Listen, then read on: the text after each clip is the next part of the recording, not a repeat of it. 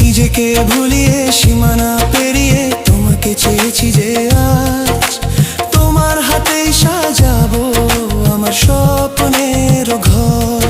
আমি তোমার প্রেমে পড়ে দুনিয়া ভুলে গেছি।